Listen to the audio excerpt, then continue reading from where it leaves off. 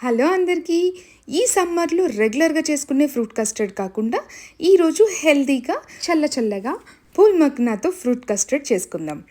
దీనికోసం ఒక cup pool makhana, ఇంకా అలానే ఒక 5-6 కాజు బాదం, ఇంకా ఉంటే కొంచెం కుంకుమ పువ్వు వేసుకొని ఇవన్నీ గ్రైండ్ చేసి పౌడర్ చేసేసుకోవాలి. ఇలా పౌడర్ చేసుకున్న దాన్ని ఒక 1 లీటర్ పాలు మరిగించి ఆ మరుగుతున్న పాలల్లో ఈ పౌడర్ వేసేసుకొని ఉండలు కట్టకుండా ఫాస్ట్గా కలిపేసుకోవాలి, మిక్స్ చేసేసేయాలి. సో ఎక్కడ ఉండలు లేకోకుండా జాగ్రత్తగా కలిపేసుకోండి. మఖానా కాబట్టి వదిలేస్తే ఉండలు కట్టేస్తుంది. ఇది ఒక 2-3 మినిట్స్ బాయిల్ అవ్వాలి. అంటే పూల్ మఖానా వేసాం కదా, అవి కొంచెం ఉడుకుతుందనమాట. సో ఒక 2-3 మినిట్స్ అయిన తర్వాత దీంట్లోనే కొంచెం ఇలాచీ పౌడర్ కూడా, ఇలాచీ పౌడర్ అన్నా లేదంటే వెనిలా కానీ పిస్తా ఎసెన్స్ కానీ కూడా వేసుకోవచ్చు. అది వేసుకున్నా కూడా బాగుంటుంది. నేను ఇలాచీ పౌడర్ వేస్తున్నాను. సో ఒక్కసారి ఇదంతా కలిపేసుకొని 1 నిమిషం అలా అది కుక్ అవ్వనివ్వండి. అంటే ఒక పొంగు వచ్చే వరకు అనమాట.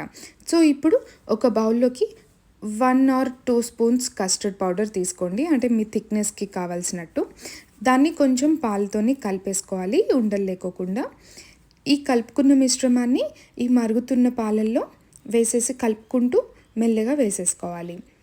సో ఇదంతా బాగా కలిసిన తర్వాత ఒక 2 నిమిషాలు ఉడికితే సరిపోతుంది. దీంట్లోనే కొంచెం కాజు, పిస్తా, బాదం ఇలాంటి డ్రై ఫ్రూట్స్ ఏమన్నా సన్నగా చాప్ చేసుకొని అవి కూడా వేసుకోవచ్చు. ఇప్పుడు వేసుకుంటేనే కొంచెం వేడికి ఉడికినట్టు అవుతుందన్నమాట. సో లైట్గా ఇది థిక్ అయిన తర్వాత స్వీట్నెస్ కోసం కండెన్స్డ్ మిల్క్ అన్నా లేదంటే షుగర్ అయినా ఏదైనా వేసుకోవచ్చు. లైట్ స్వీట్నెస్ సరిపోతుంది. ఇది ఎక్కువ స్వీట్గా ఉంటే కూడా మనకి ఎక్కువ తినలేము. సో లైట్ స్వీట్నెస్ సరిపోతుందన్నమాట. నేను కండెన్స్డ్ మిల్క్ వేసుకున్నాను, ఇష్టమైన వాళ్ళు షుగర్ వేసుకోవచ్చు.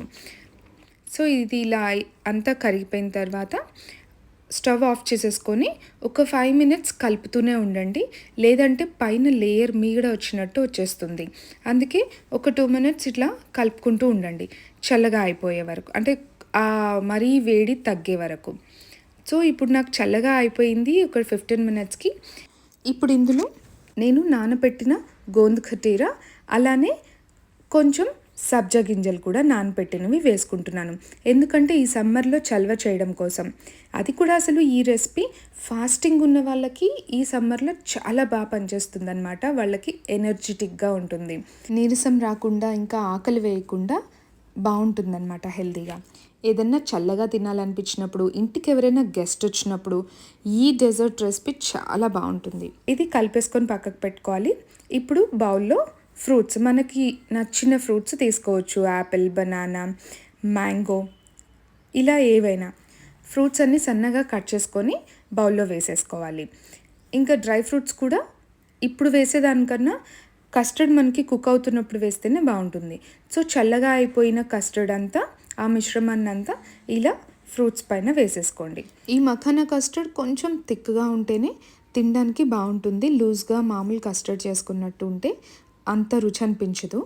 సో కొంచెం థిక్గానే చేసుకో. సో పైనుంచి కొంచెం టూటీ ఫ్రూటీ అలానే డ్రై ఫ్రూట్స్ తోటి గార్నిష్ చేసుకొని ఫ్రిడ్జ్లో పెట్టేసుకుంటే 1 అవర్ తర్వాత చల్లగా సర్వ్ చేసేసుకోవడమే. అంతే, pool makhana fruit custard ready అయిపోయినట్టే. ఇది బెస్ట్ అంటే బెస్ట్ డెజర్ట్ అని చెప్పచ్చు. ఈ సమ్మర్లో అందరూ డెఫినెట్గా ఎంజాయ్ చేస్తారు. మీరు కూడా తప్పకుండా ట్రై చేసి ఎలా ఉందో కామెంట్ చేయండి. ఇంకా లైక్ చేయండి, షేర్ చేయండి.